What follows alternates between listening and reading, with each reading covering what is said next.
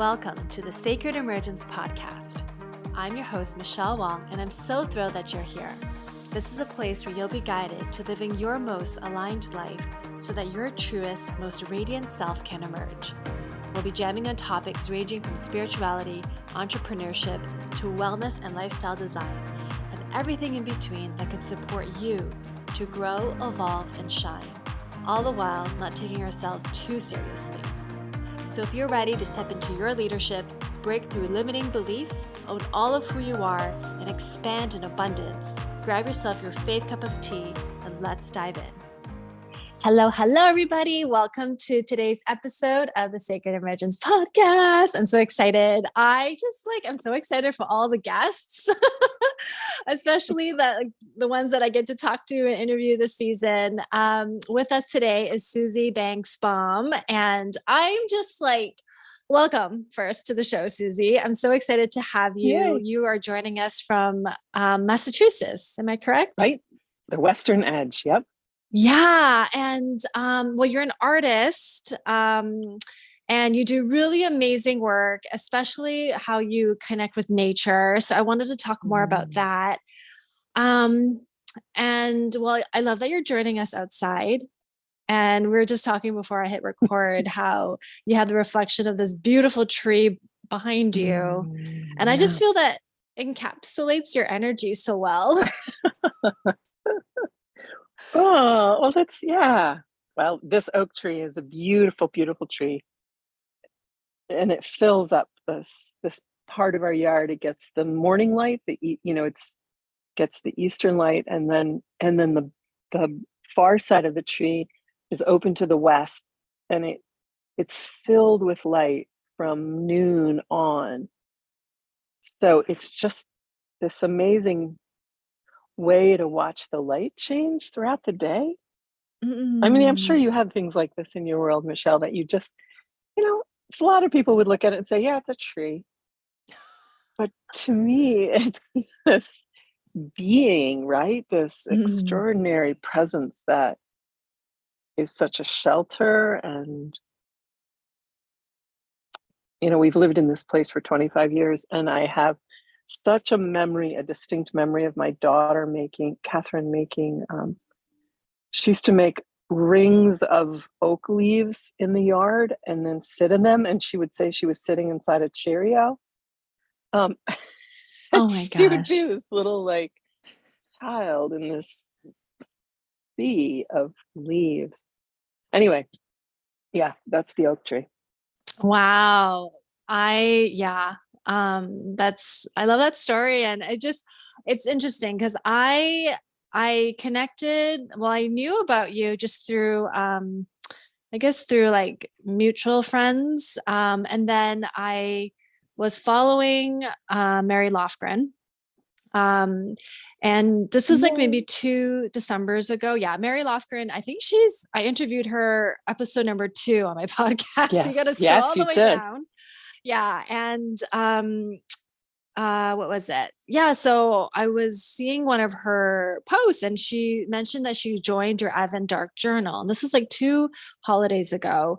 And I was like, Right. What is that? I was just so fascinated by the name, Advent Dark, and it was during the winter solstice time frame. And I think by the time I wanted to join, it was already sold out and timing was a little iffy anyway. So I remember I marked it on my calendar, pay attention for next year. Oh, that's so good. Yeah. And so I joined immediately of 2022. I think it was enrollment was October, November. I don't remember. And I just loved everything about Advent Dark Journal. And what my takeaway from it was just my relationship to darkness, physically, right. because the days are shorter. And there's just something about how you led the 6-week program. And it's all around being artistic and not artistic, but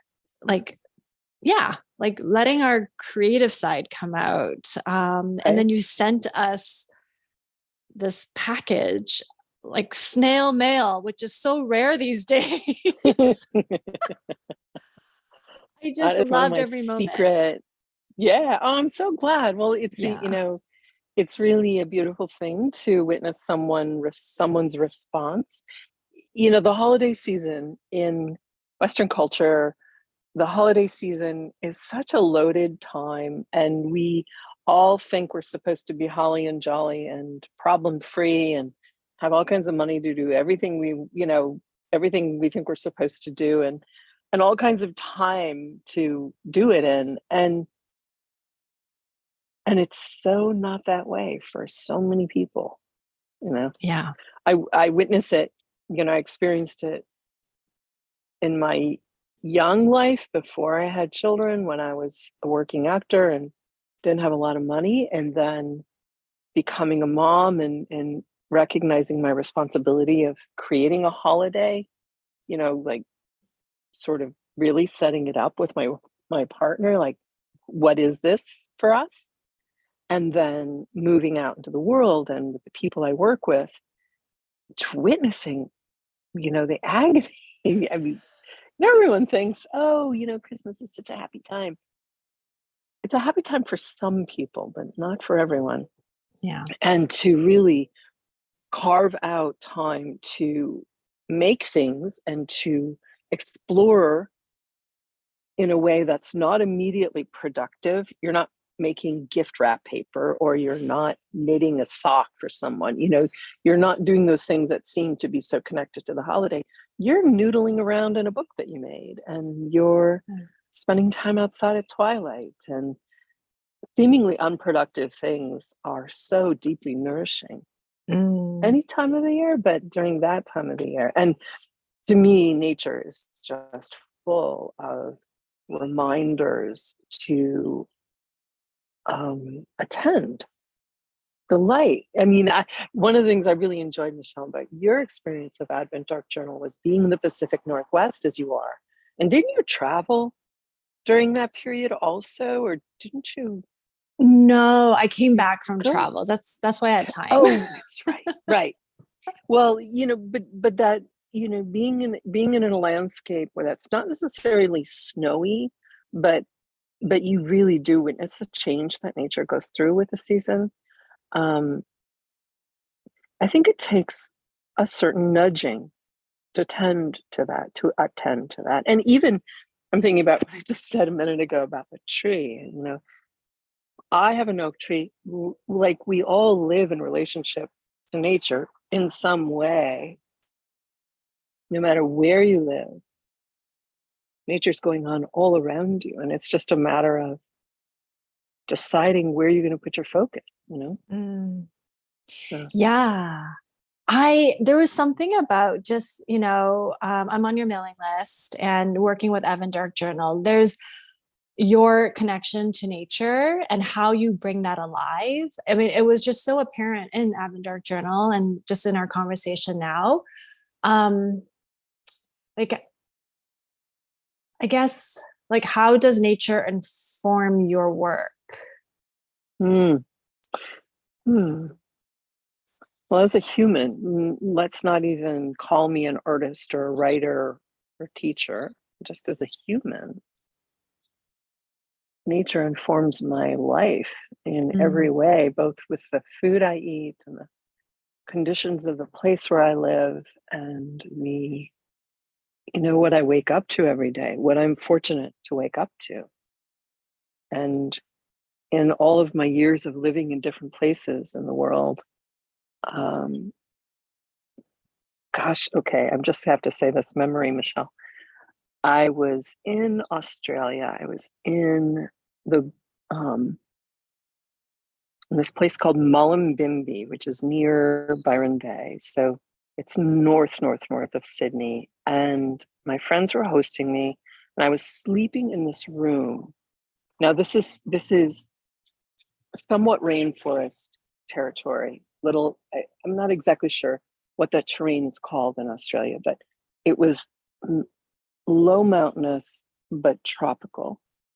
And I was asleep on the floor, like on its beautiful sort of pallet on the floor, with a window that came down to the floor. So I was basically sleeping protected, in a way, from snakes and all the things that can happen, in Australia in particular.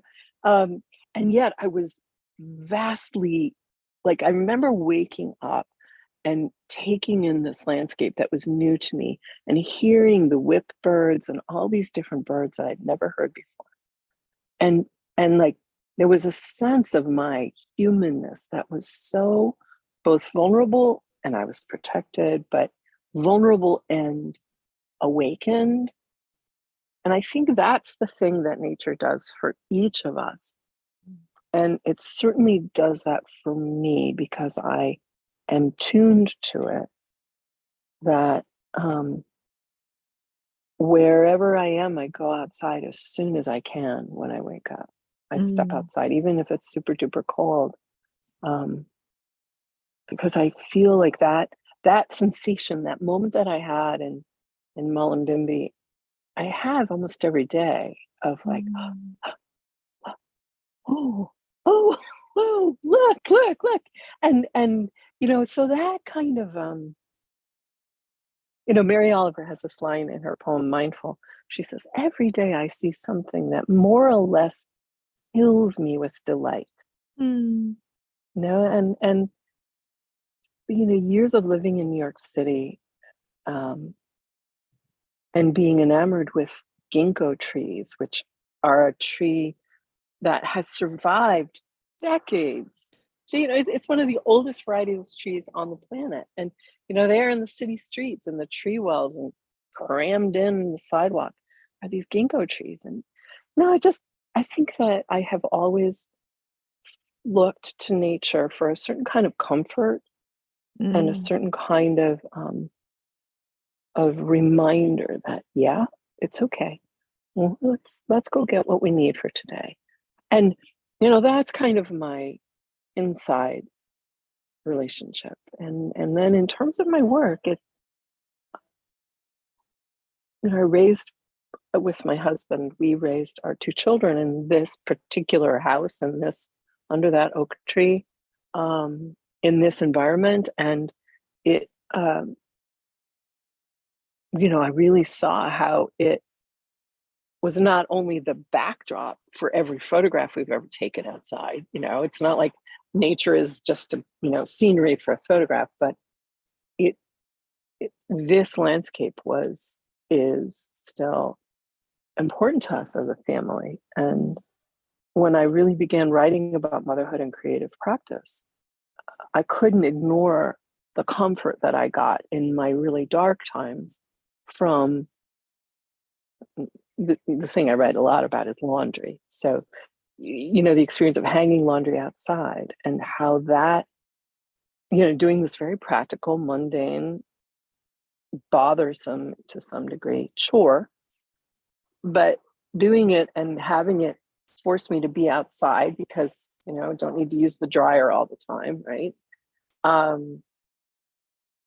That was a way that act of hanging laundry got me out of the house, got me, I don't want to say away from the kids, like I had to run away from them, but it gave me some distance. And it became the place where they would come to find me if they needed to tell me, I got my period, or I'm worried about this, or Mom, what do you think about this? Or I'm afraid to talk to, I'm afraid about this thing. I need to talk to you about it. And so the outside, connecting the outside world, the world of nature, with the very kind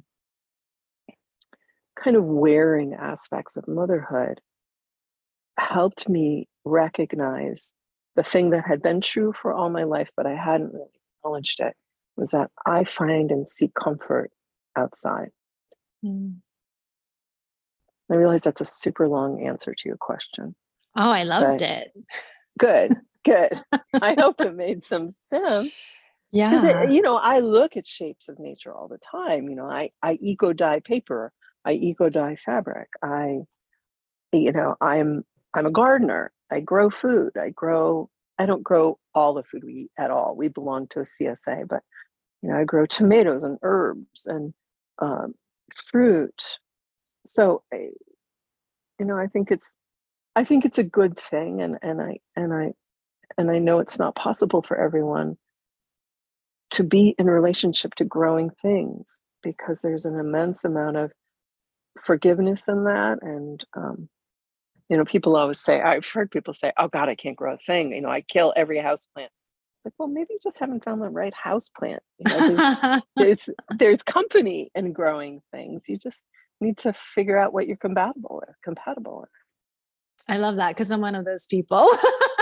Are you really? Oh, yeah. Yeah. I mean, I think I gave it away because I was traveling, but like bamboo was the easiest because I just add water, and then, oh, it's running low, add water. That's like, I've killed cactuses and all of that. Well, probably because you overwatered them. Yeah. And I'm not consistent. Like sometimes I'll do it and sometimes I don't. So at least with bamboo, it's like, oh yeah, it's running low, let's add water, because I could see it in the glass. But anyways. Well, but you live near water, or you live in a way that you can go to water, right? Mm-hmm. And yeah, I see water from where I am. Yeah. So I grew up on the Great Lakes. I was born in Evanston, Illinois, so at the base of Lake Michigan. And then my family moved to the Upper Peninsula of Michigan when I was 9, and that really became my home. I think of that area as my home, the northern end of Lake Michigan, and then the land between it and Lake Superior. So, and that's where my grandmother was born, and I feel much more connected to that place as a place of my ancestry. Mm-hmm. And water, I think, is, I've been talking, when we've been speaking of nature, we've been thinking of growing things, but rock and water and the elements that earth brings us are equally important and equally nourishing and differently nourishing. Mm-hmm. Especially people who live in the Southwest, who live with a lot of water shortage, or in a much drier environment. I think what I want to say is it's possible to feel connected to nature no matter where you are, and that seeking that out, that's part of Advent Dark Journal. Mm-hmm. It's so much of what Backyard Art Camp is, because we meet outside and we stay outside no matter what the weather. I think it's just part of a core curiosity for me. Let's call it that. Mm. Have you always, has your work always been art related? Or was there like a time when you were, I don't know, doing computers or something? Something else? Yeah. Well, that's a good question. Really good question. So yeah, in a way, yes, I was a real misfit as a kid. So I thrived in church choir, and then I thrived in high school choir, and then I got into theater, and I became a theater professional. I trained as an actor. My first profession was as an actor. And I worked in professional theater for the first 13 years, almost 15 years of my adult life. And so, yeah, I have worked in an artistic atmosphere. Mm-hmm. The way I made my living in New York City, as almost everyone has to have a side job, or you're a waitress or something. But I had learned to sew when I was a girl. My grandmothers were both really great seamstresses, and my mother was not. So when I was 10, I learned to sew, and I began making my own clothing, and that became my steady income all during my years in New York. So I worked in costume shops, which was so. Can we swear on this podcast? Of course, it's encouraged. Sorry, no, it was so fucking cool, because so many of my friends were making their living being waitresses and having to deal with the public in that way, which can be fine. It's a great way to make a living. I didn't want to do that though, and I loved working in costume shops because I was around incredible productions. I worked for the Martha Graham Dance Company as a stitcher. One of my good friends from college was the head costumer for Martha. So, I mean, at the time, these were all jobs that were like, oh yeah, I'm not on Broadway, but I'm working with Martha Graham. Like, I didn't think of it. I thought of it, it was fun and it was interesting. But as I reflect on it now, I'm like, wow, That's that was a awesome. really cool thing. So to answer your question though, yes, I have, even when I haven't been the thing I think I'm supposed to be doing, my profession, I have been in an artistic atmosphere. It just seems to be what I have a lot of facility with. Mm-hmm.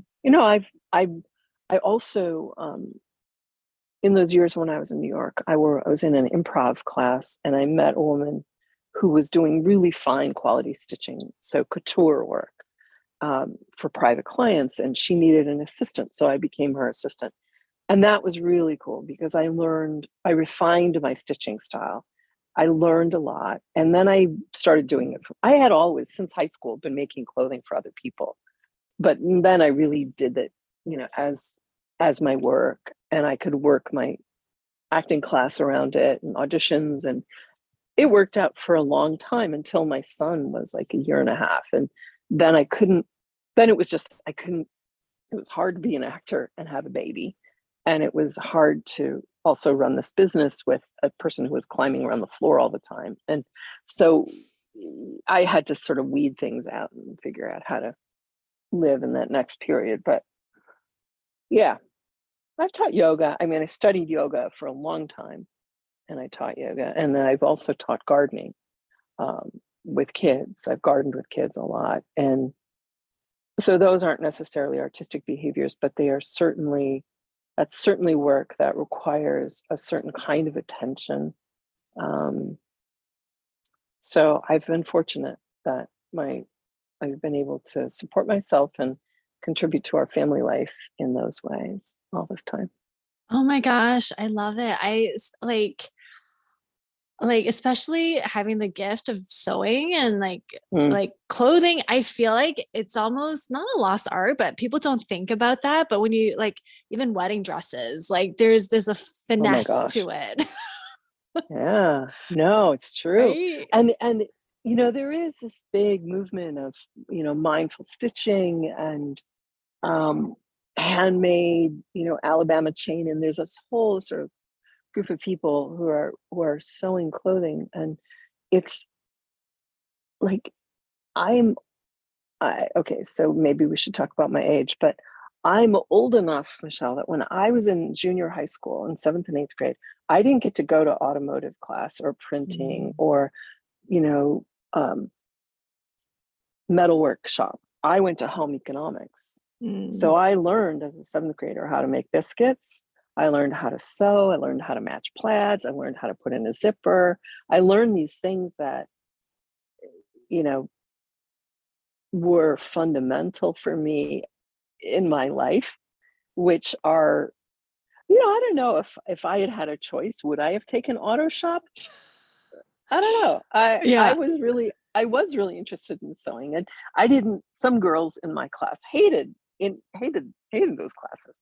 I loved them. My home economics teachers were great, but so those were. I was in my town. I was in the last class that Mm. it was girls only, and then we got to choose. Then Title IX happened, and lots of things began to Mm. shift, and girls had more choices.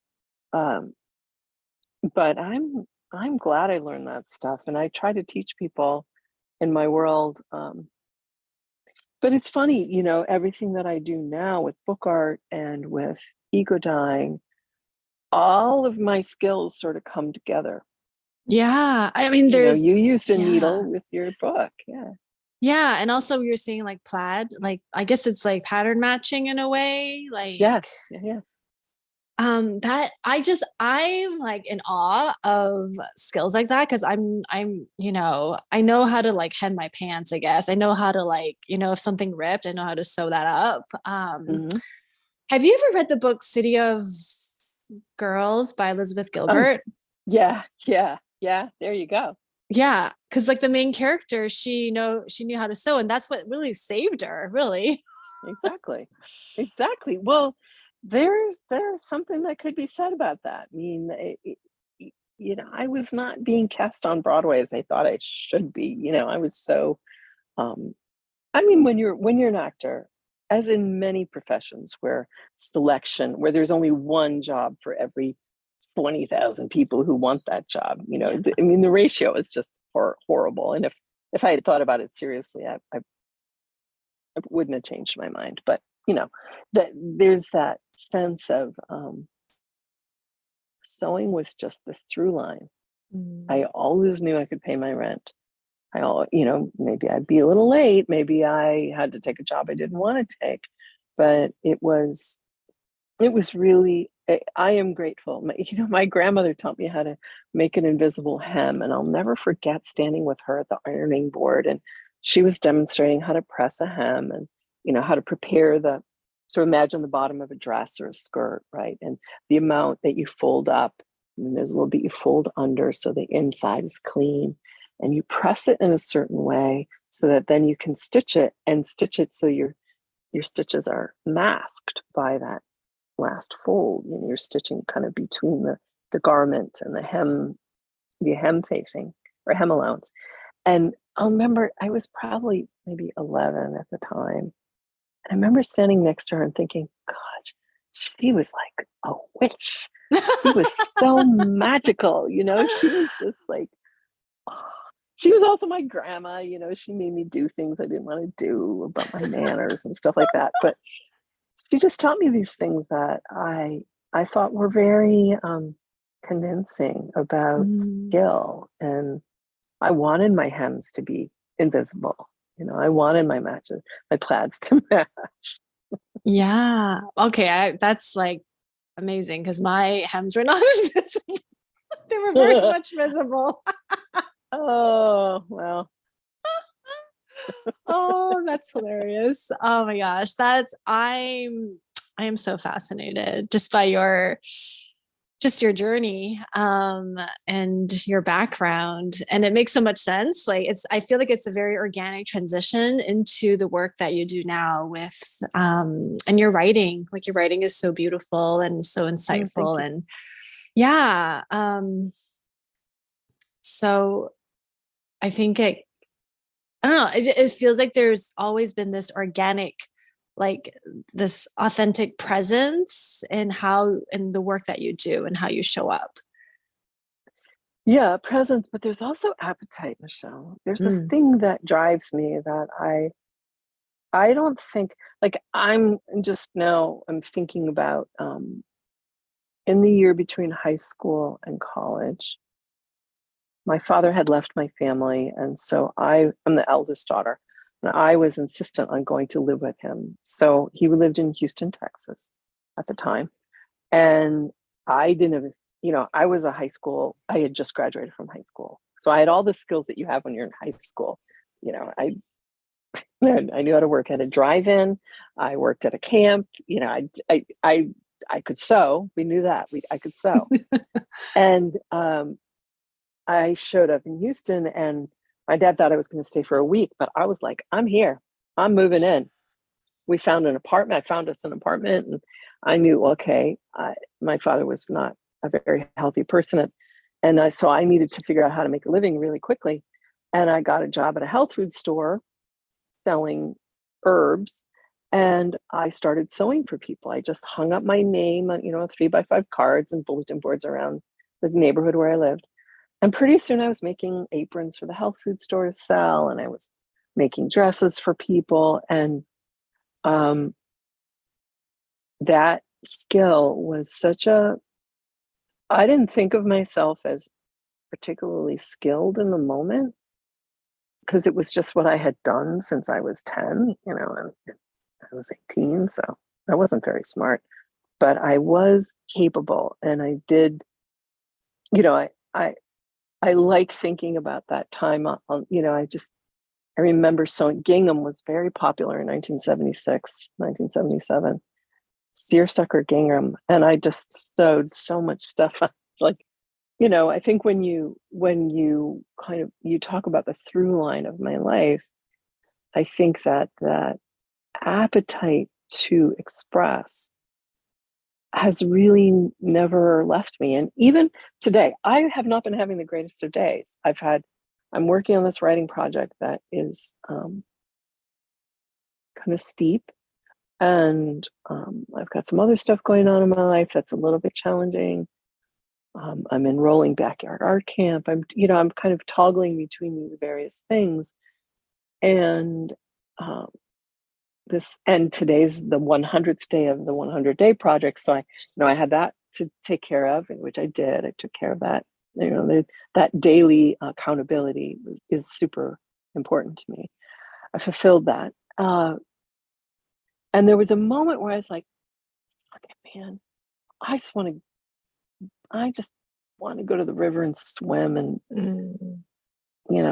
and I will probably go to the river after this. But there was this other part of me, and the greater part of me perhaps, but I don't necessarily want to make it a value judgment, but there was another part of me that was stronger that said, Suze, just go to your journal. Let's start at your journal. And then you can open your writing book, and then you can open those notes you took on that project. And then you can do a little bit of reading. And suddenly it's 10 minutes before I'm supposed to talk to you.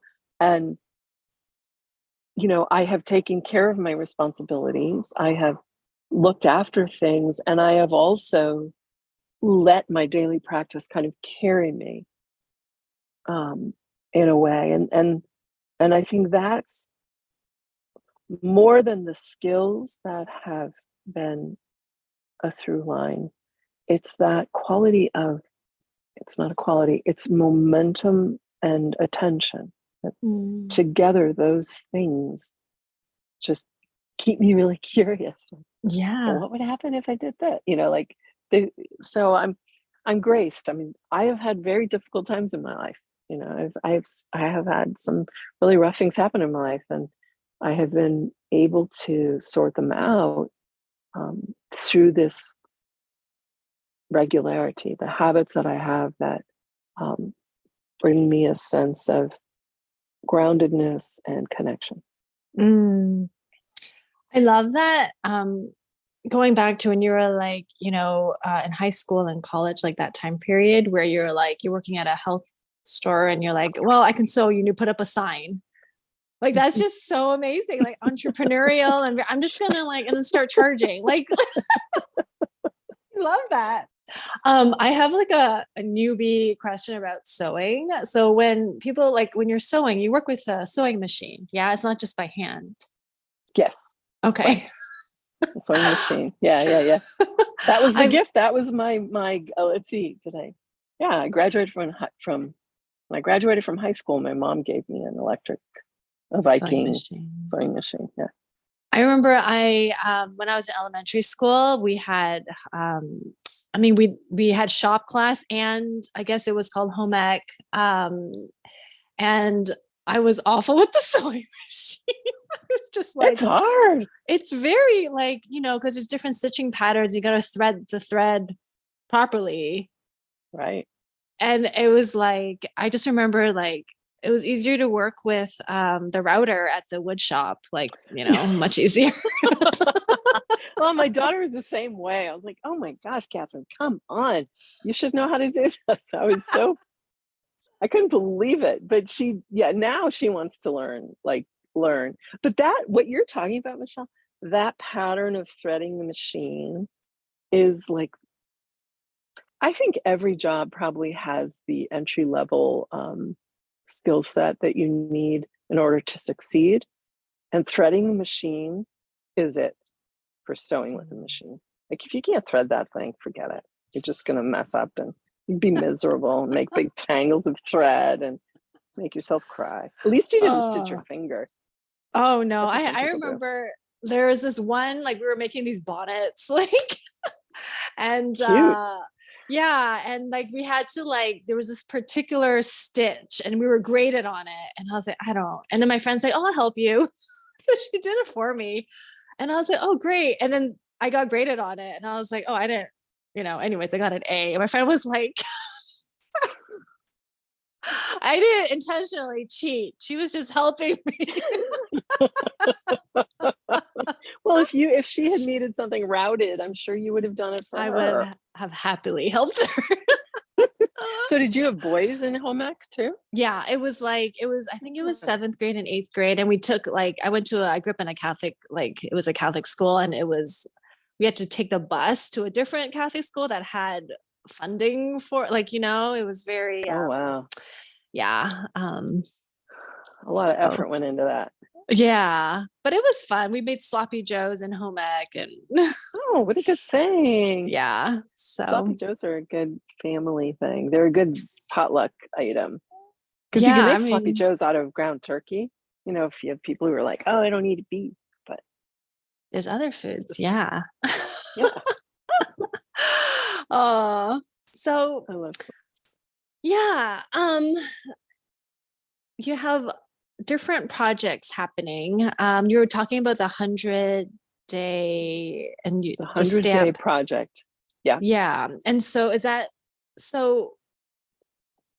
something that you participated in? Because it seems like artists kind of come together. Yeah, well, it's this free worldwide art project that there's a really interesting history to it. The 100-day project is, they have a beautiful, simple website. It's a good thing to check out, and so you could kind of get the background. But a woman named Lindsay Thompson and Elle Luna are the two women who brought it to social media. And so if you search hashtag 100-day project or do the 100-day project on Instagram, you'll see thousands of posts. People do it. There's Lindsay and Elle have it beginning in February for 100 days. So it just ended today, June 1st. But you can start your 100 days whenever. It's not something you pay to belong to or anything like that. I have had sort of an accountability group on Kajabi this past time for my audience, for people who want to pay a very low amount to participate in that, which was good because there's a whole bunch of people who want to do it but don't want to tangle with social media. But yet want that sense of a group and sort of all of us moving along together. So that's been really fun. I've done the project probably 6 or 7 years now. And, it's really guided, or it's really self-study. And you decide how intense, or my friend Lori did 100 days of headstands. It can be whatever you want it to be. My friend Janet taught her dog a new trick. They worked on the trick for 100 days. He didn't learn 100 tricks. I've been carving stamps for the last 2. And before that, I'm very interested in color, and it's not something I know. I didn't study color theory, it was not part of my theater curriculum. So I don't have a long background and understanding of colors. So I did 2 different of my 100 days were focused on color experiments. It's a really great way to nurture your attention. I mean, to do anything, with that kind of focus and determination is bound to change your habit. I love that you were saying how it just feels like it's a way to explore and really like your curiosity, that what you were saying, because you're saying about color and exploring color, and then your stamp, it's cool how, I guess, my assumption is oh, artists, they know how to work with color, but there's you're saying about color theory, and just, I love that, there's no judgment, just curiosity. Let's just play and see what comes. Right. Well, and you can make it as complex or simple as you like. I seem to have I really like to study stuff, and I like to read about things. And last year, when I was doing the stamp carving, I discovered 2 or 3 different artists that I got some of their books used online, and I sort of used those as my jumping off point. I really looked at their work carefully, read about them. This year I didn't do quite as much as that, but then, I have two different friends. I know a couple of printmakers, so I've had some really good discussions. I've asked some good questions. My friend Celeste down at the Aeromont School just got me started on this kind of paper that I never would have chosen for myself, So I think anytime you put yourself in the path of learning, there's things that happen that you don't expect. And that's one of the things about the 100 days. Since it's sort of, self-designed, you get to say, oh, maybe I'm going to hang around with Ashton Ludden for a little bit and look at her prints and study her carving tools and all the cool things that she uses. That's so cool. I am so fascinated, and I'm just like, I think like to spend like a week or two with you just to see like all the projects you're in and like how fun. And it's just so creative and like there's, I don't know, that quality of depth, right? Because I feel like the connection to nature is also so important. Like it just like all of the pieces of what you bring, there's so much soul to it. Like I just, even if because I'm on your newsletter and you sent something out around journaling.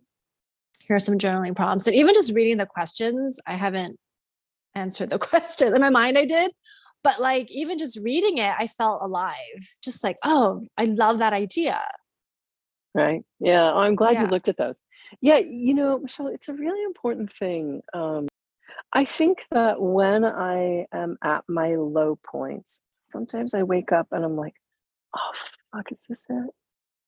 And one of the things that I've heard women say, one of the aspects of one of the areas of my work around motherhood and creativity and women, mothers or not, and creative expression, I've interviewed a lot of women, and one of the most heartbreaking questions I've heard is this it?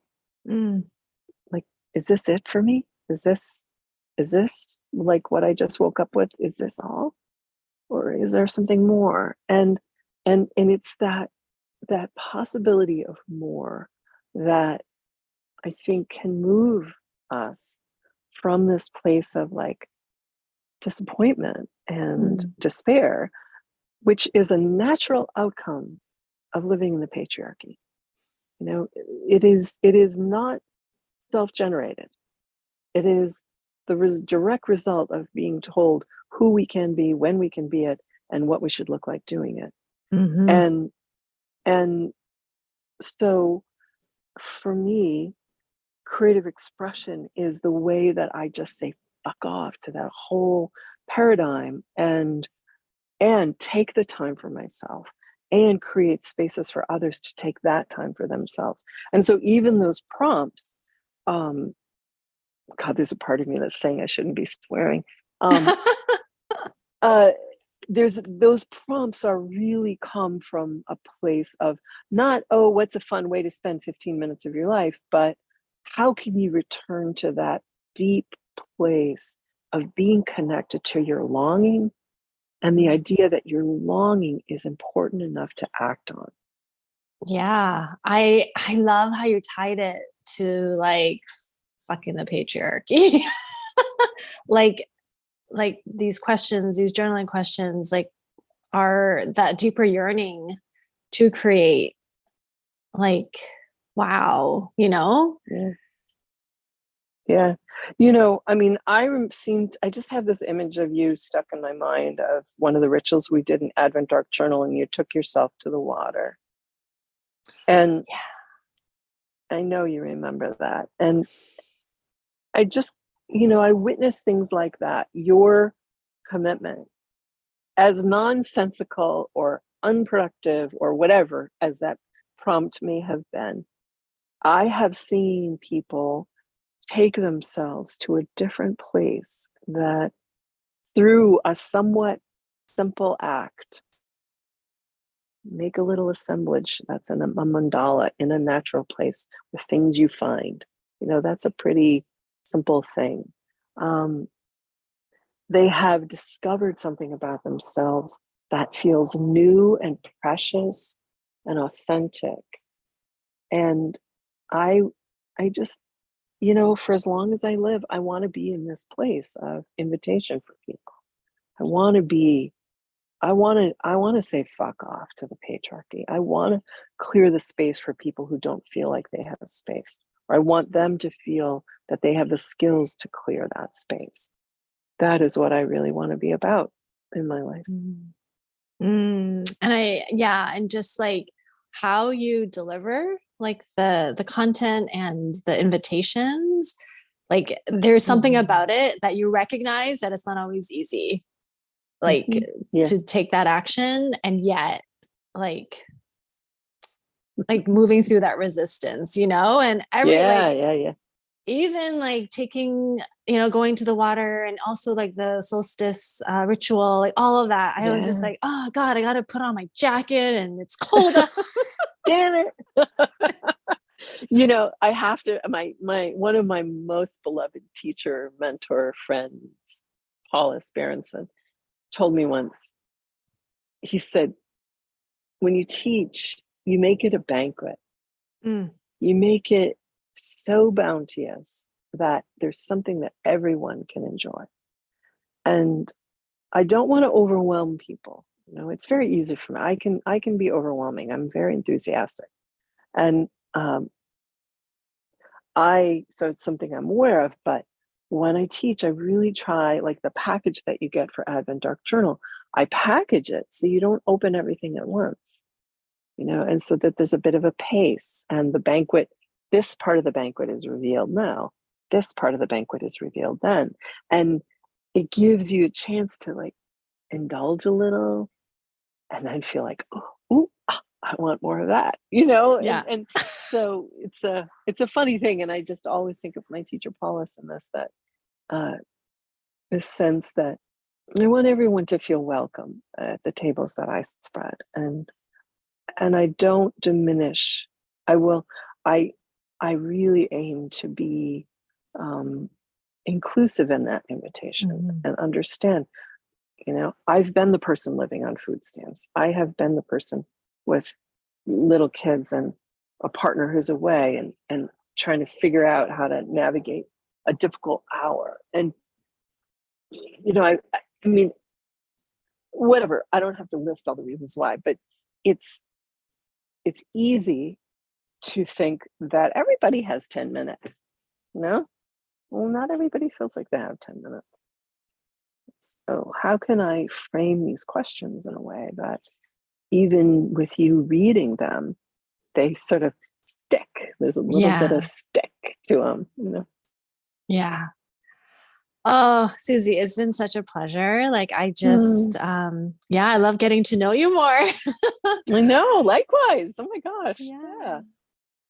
Well, how can listeners get to know you more and connect with you? Sure. Well, one way is to subscribe to my newsletter, which is by joining my website. And that just puts you on my MailChimp list, because that's where everyone can get that PDF of daily prompts like you're talking about. And I just upgraded that. So you got the one with the sort of golden color around it, right? I don't remember. I did get your latest one too. Oh, good. Well, then that's great. Yeah. That's all I care about. So joining my list is a great way to do that. That's where I announce where I teach. My backyard art camp is coming up here in the Berkshires in August. I have there's a mosquito right here. There's 2 sessions that are open for that. I have a few seats in each of those. And that's a book art and ritual workshop here in my backyard with the oak tree. I'm teaching at Snow Farm in September, but I know that class is already booked. And then Advent Dark Journal, that's, if you're on my newsletter, you will get that. And I have a limited number of seats for that because I do make those packages. And I am not a company, I am myself. Though I usually have an assistant for that to help me with all of that preparation, which I love doing. So yeah, that's a great way. Or Instagram, Suzi BB is another way. you have that link. So yeah, they'll all be in the show notes. And check out Suzi's work on Instagram. It's just fun. Well, you know what I gave you also, Michelle, is links to two of the, so, can I just say one more thing? Yeah, I don't absolutely. want to take too much time. Sort of the river under the river, or the deeper work that I'm doing around all of this, is writing a memoir. And it's really about spiritual hunger and sort of how I grew up hungry, and where I found nourishment.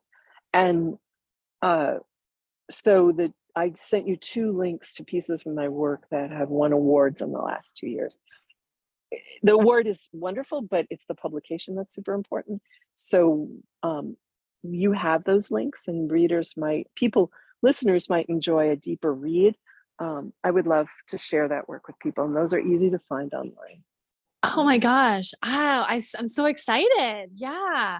So you're writing your memoir, but you've had written work that's the links that you sent me. Yeah. Those are sections of the memoir. Yeah. Oh my gosh.